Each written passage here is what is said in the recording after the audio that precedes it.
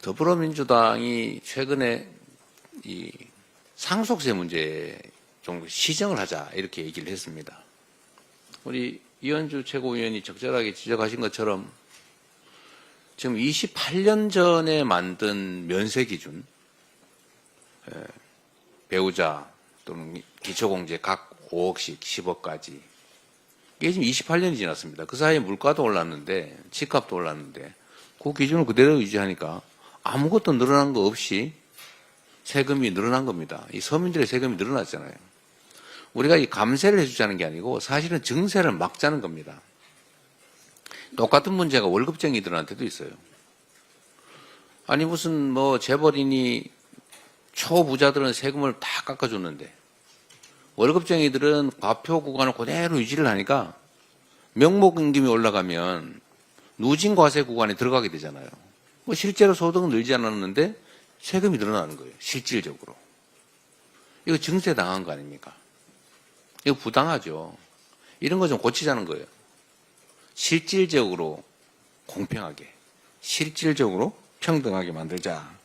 이런 걸 놓고 국민의힘이 민주당이 무슨 우클릭을 했느니 자꾸 무슨 변화를 하느니 그런 얘기를 합니다.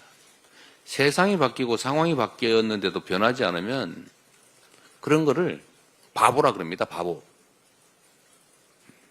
상황이 바뀌면 당연히 바뀌어야죠. 지금 대한민국 경제가 얼마나 나쁩니까? 더불어민주당은 그간에 성장을 추구하되 그 성장이 공정하도록 해왔던 겁니다. 즉 국민의힘 쪽이 보수정당, 요즘 뭐 보수정당도 아닌데 이 파쇼정당, 범죄정당, 이 파쇼 범죄정당이 해왔던 것처럼 분배나 서민의 삶이나 민생이나 공정함 이런 것들을 도외시했지 않습니까? 근데 민주당은 성장을 하되 공정성을 기해서 성장의 기회와 성장의 결과를 공평하게 나눔으로써 지속적으로 성장하게 하고 모두가 함께 더 잘 사는 세상을 만들려고 했던 것입니다. 지금은 경제 상황이 너무 어렵다 보니까 그 비중을 살짝 조정해서 경제 성장에 좀 더 방점을 찍고 있는 것이지 그냥 복지, 분배 다 버리고 오로지 성장으로 그렇게 바뀐 거 아닙니다. 좀 세상에 대한 기본적인 이해가 부족해지지 않았나 그런 생각이 들 정도입니다.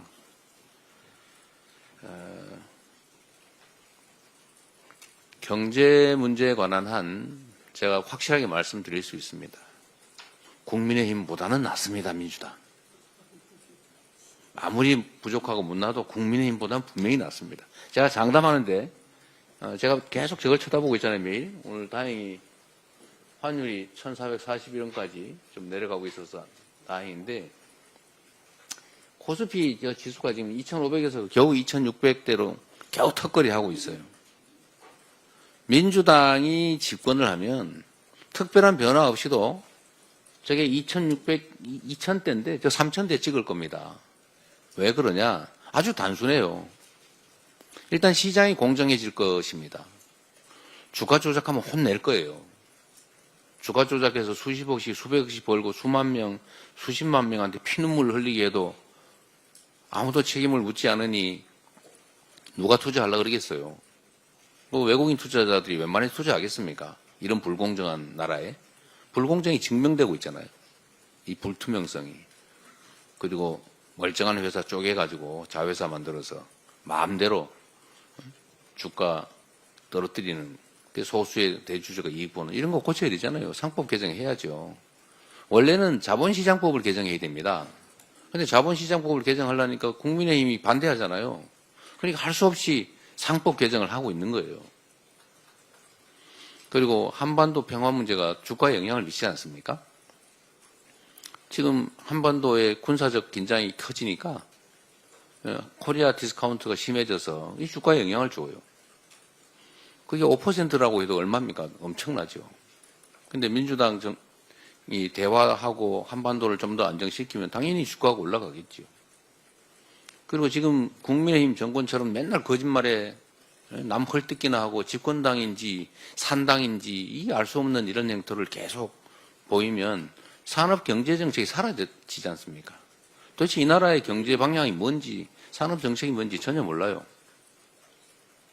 그래서 산업 경제 정책 명확하게 하고 방향을 제시하면 그것도 역시 주식시장에 영향을 미칠 겁니다. 이런 몇 가지만 기본적으로 개선돼도 왜 2,500대에서 저렇게 헤매고 있겠어요? 경제는 민주당 빈말로 하는 게 아닙니다.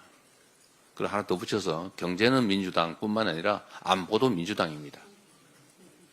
이게 농담이 아닙니다. 이게 지금 숫자로 증명할 수 있는데 실제로 여러분 생각해 보세요. 냉정하게. 보수 정권이 집권했을 때 국방비하고 진보 정권, 이 민주 정권이 집권했을 때 국방비 비교해 보십시오. 명확하잖아요. 국방 예산 대폭 늘은 게 다 민주 정권 때 아닙니까? 또 방위산업 발전한 거 다 민주당 정권 때 아닙니까? 또 하나만 더 얘기하면 무슨 북한이 퍼주기 했다고 계속 비난하고 그러던데 이 거짓말도 이런 거짓말 하면 안 돼요. 숫자를 보세요. 북한에 지원한 금액이 보수 정권 때 훨씬 많아요. 지금 한번 인터넷 한번 쳐보십시오. 챗GPT에 한번 물어보세요. 그 가짜 언론에 속지 마시고 국민의힘처럼 거짓말이나 하는 그 정당의 허위 선전에 속지 마시고 한번 찾아보십시오. 각 정권별로 대북 지원 금액이 얼마인가.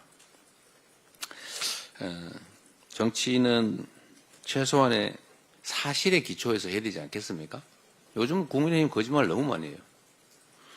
민주당이 이 자리에서 한 얘기조차 왜곡해서 거짓말을 만듭니다. 분명히 A라고 말했는데 B라고 말한 건 거짓이다. 뭐 이런 식으로 공격을 합니다. 그것도 공식적으로. 언론인들이 여기 수십 명이 계신데 그리고 이 방송 카메라로 다 찍혀 있잖아요. 이러니 정치가 되겠습니까? 싸움만 하는 거죠. 국민의힘 정신 차려야 됩니다. 아직도 여전히 집권 여당 아닙니까?